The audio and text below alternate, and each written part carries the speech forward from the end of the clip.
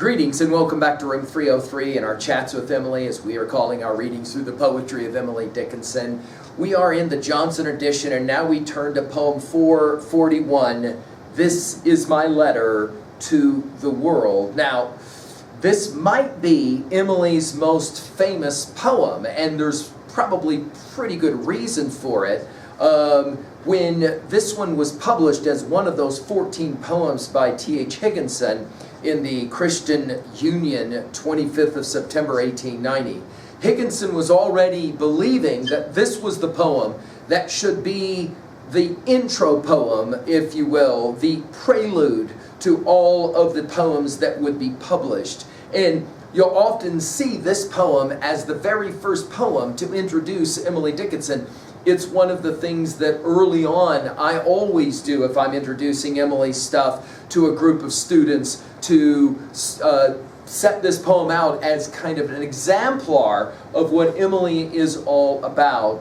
What's really fascinating though about this study now is that we'll place this study and this poem in the context of the assumptions that you've been following our stuff at LearnStrong.net. Down that left-hand side, Chats with Emily is our playlist, and we named this series Chats with Emily for a number of reasons, this poem being one of them. This poem is a very chatty poem. One scholar even said Emily is a gossip, and she enjoys gossiping through letter writing, and we'll get to that in a bit. But I'm really hopeful that you've worked through our preceding 440 poems. We just finished with 440.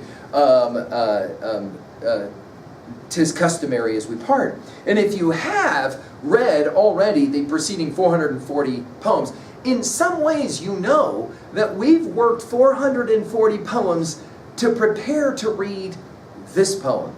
If you want to think about it, guys, Emily's poems, each one of these are kind of letters of their own. Emily, of course, the great letter writer. The context matters here as well. When Emily writes this poem, consider it. The Civil War is raging. Countrymen are killing each other. And yet she will reference sweet countrymen in this poem. One scholar has called this poem Emily's concern for communicating truth. One scholar has said about this poem, Emily's letter is artful and organized exploration of the interrelationship of nature, God, and humans. We should remind ourselves that Emily shared some 600 poems during her lifetime, in especially the form of letters, and we believe that at least 93 known correspondents received all of that. Another scholar has said about this poem, it is the poet's legacy as a sacred trust. And then finally, another scholar has said Emily identifies herself in this poem as a nature poet. This may be the poem that will lead so many to think of Emily as transcendentalist, to sit in that pantheon with Emerson and Thoreau and Walt Whitman. Some have seen this poem as not as cheerful, not as hopeful as one would imagine, and we'll obviously try and see how we can read the poem from multiple perspectives. The beautiful thing about Emily is that no matter how many perspectives we take, there will be a whole lot more. I've taught this poem, guys, I don't know how many times, and yet in my preparation for these comments, I kept finding things that were new that I had not seen before. It's the mark of genius, obviously. She says it this way. This is my letter to the world that never wrote to me. The simple news that the simple news that nature told with tender majesty. Her message is committed to hands I cannot see. For love of her sweet countrymen, judge tenderly of me. Now, let's just talk about all of the ironies of this poem. Some will call them paradoxes. Notice the first word. What is the this that Emily, what's the antecedent to this? This, what is my letter to the world? This poem? Or are we talking about all of Emily's poems? Does she already understand that this poem will somehow serve to represent all of her poetic project? She calls it a letter. Notice the personal nature of this poem. My, me, Of course, the last word of the poem is me. I cannot see.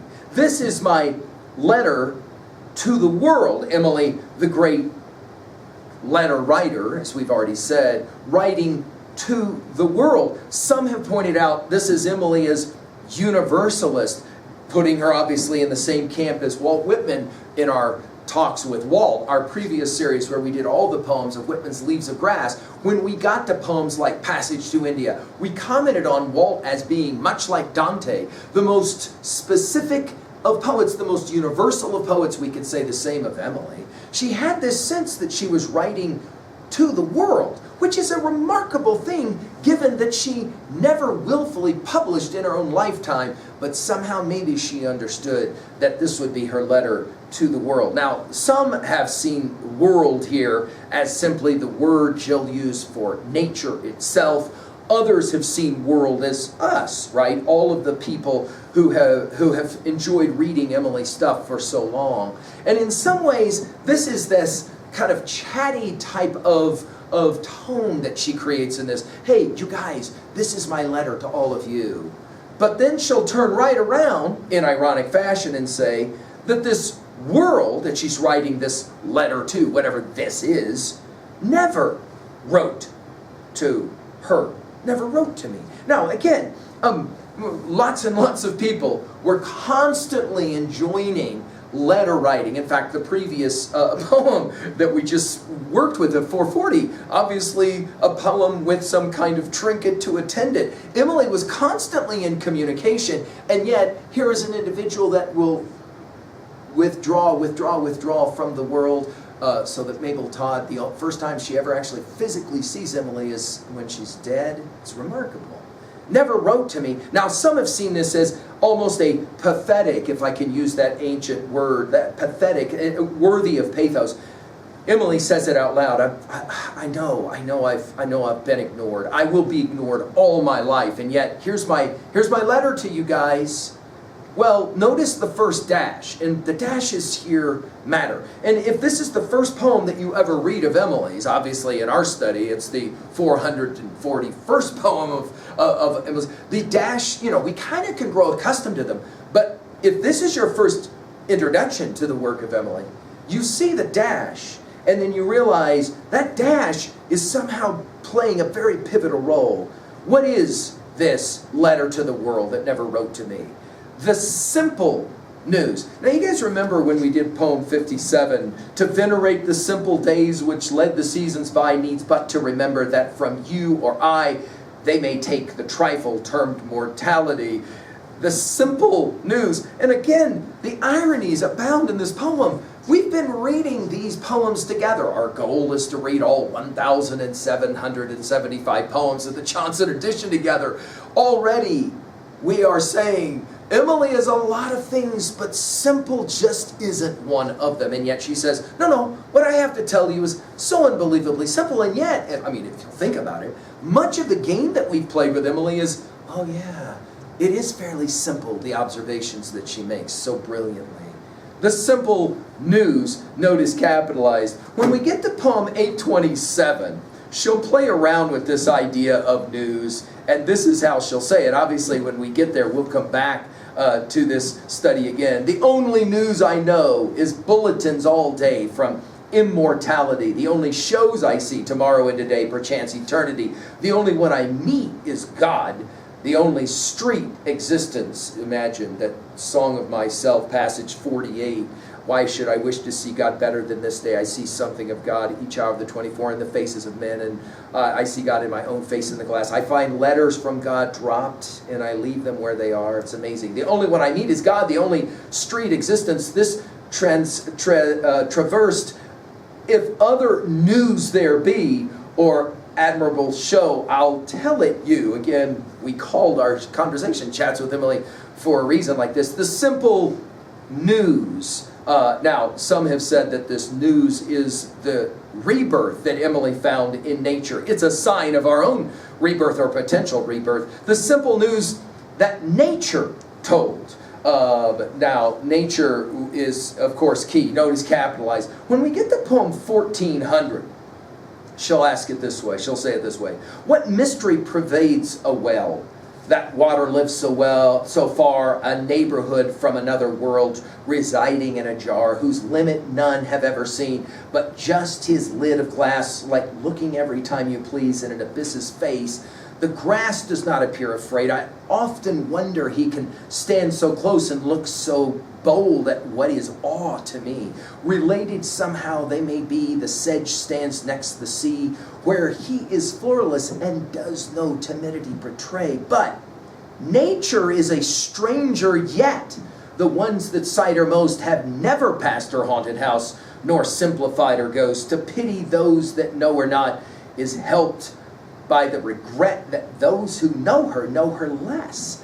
The nearer her they get, the nearer we get, the less. It isn't simple. In other words, nature is going to inform or tell us what? Tender majesty. Can we just point out, of course, tenderly is tender is the only word repeated in this entire poem. Can we just point out the paradox of tender and majesty? We don't normally think of the majestic as being tender. We don't normally, for example, think of these amazing sunsets that we get to see out here in the West as being tender. Her juxtaposition of two words together that Shelley said in his Defense of Poetry is what makes great poets. And of course, we're going to come to Shelley, aren't we, in Ode to the West Wind, as he is calling on that wind to send his message out like some kind of starting of a fire. If winter come, can spring be far behind, that kind of hopeful message. Then the break, and then notice no punctuation at the end of Majesty. Her message is committed. Well, here, of course, nature's message is committed. Notice the legal language here with Judge as well. Committed to hands I cannot see. Remember in 322 when we did greedy hands? Hands I cannot see. Now, many have read this as, well, you, right? In other words, she somehow knew, isn't this amazing? She somehow knew that you would enjoy these poems. And that you, I mean, if you've been with us up through poem 440 already, this is a major commitment. I mean, you don't read these poems and do the work you guys are doing with these poems without a certain amount of challenge, right? Energy expenditure. Her message is committed to hands I cannot see. I'm hopeful that somebody will read this stuff into the future. And then she finishes, for love of her. And of course, here's the beauty, right? Emily loves to do this kind of stuff. Love of what? Love of her who? Well, are we talking nature or are we talking Emily? And of course, Emily would probably say, yes, yes. For love of her, dash, sweet, dash, countrymen. She loves this word sweet. In 112 poems, she will use the word sweet or sweetest. Sweeter. And then, countrymen. Some have asked, what makes Emily an American poet? And of course, we point to a poem like this, and we say, Emily is at the one moment such a believer in the countrymen, in her country, a believer in America, a believer in the democratic experience. And yet, of course, as we pointed out, she writes this poem knowing, of course, that Americans are slaughtering Americans in the tragic Civil War. For love of her, sweet countrymen, judge tenderly of me, back to the word tender again. Now, this is interesting, this use of the word judge. It takes us, of course, to the reader of Emily's day, for sure would be taken there. Today, maybe not so much, tragically, because we're not readers of biblical texts. But you'll remember that Christ says in Matthew 7:1, judge not lest you be judged. And then in John 13:34, you'll remember Christ says, a new commandment I give to you, that you what? Love one another as I've loved you. So this invocation to love and to judge tenderly, and then notice dash, of me. Well, this is, I think, a remarkable request. In other words, she says, will you, because you love nature, will you also judge what my letter is to you tenderly? Some have read this as, take it easy on me, right? Okay, don't be too harsh. And of course, this is not easy to do. I've had students that will, for example, read 3 or 4 Emily poems and they'll go, yeah, I just, no, this is way, no, I can't, what? And she asks, try and be tender, try and be gentle, try and understand the project. Now, you'll remember in poem 361, she was already gesturing towards this. Again, we read this poem and go, oh, so many of the poems we've already read were already taking us there. Do you remember this little 4-line offering? What I can do, I will, though it be little as a daffodil. That I cannot must be unknown to possibility. Later, when we get to poem 709, we're going to talk a lot about this one because this is one of the great poems where Emily comes out and says it, I don't want to be read publicly. Publication is the auction of the mind of man. Poverty by justifying so foul a thing. Possibly, but we would rather from our garret go, white under the white Creator, than invest our snow thought to belong to Him who gave it, than to Him who bare its corporal illustration, sell the royal air in the parcel, be the merchant of the heavenly grace, but reduced to human spirit, to disgrace of price. It is interesting that poem doesn't end with an exclamation point, but almost every time we read it, we think of it with an exclamation point. What exactly is Emily doing in a poem like this? I think her argument at 2a is that all creators long to be judged tenderly, to be given the appropriate respect. And if there's anything we try to do, and obviously we fail at every time we read an Emily poem, we fail miserably and we say it out loud, hopefully with some respect and humility. We're trying, though, to understand tenderly, to judge tenderly what Emily is offering to us as this news, this message for us. We've commented at 2b all of the ironies that are so ubiquitous in this poem, right? And of course, we can think about as well the alliterative quality. I mean, it's brilliant, right? World, wrote, news, nature, told, tender, majesty, message, committed, cannot, countryman, simple, see, sweet. Emily's playing all kinds of literary games as well, and we love that, as she can do both, right? Of course, the ironies, as we pointed out, are obvious. At 3a, some scholars have pointed out that William Carlos Williams, in his classic Asphodel, that greenery flower, says, quote, "It is difficult to get the news from poems, yet men die every day for lack of what is found there," end quote. Some have thought maybe channeling was happening here.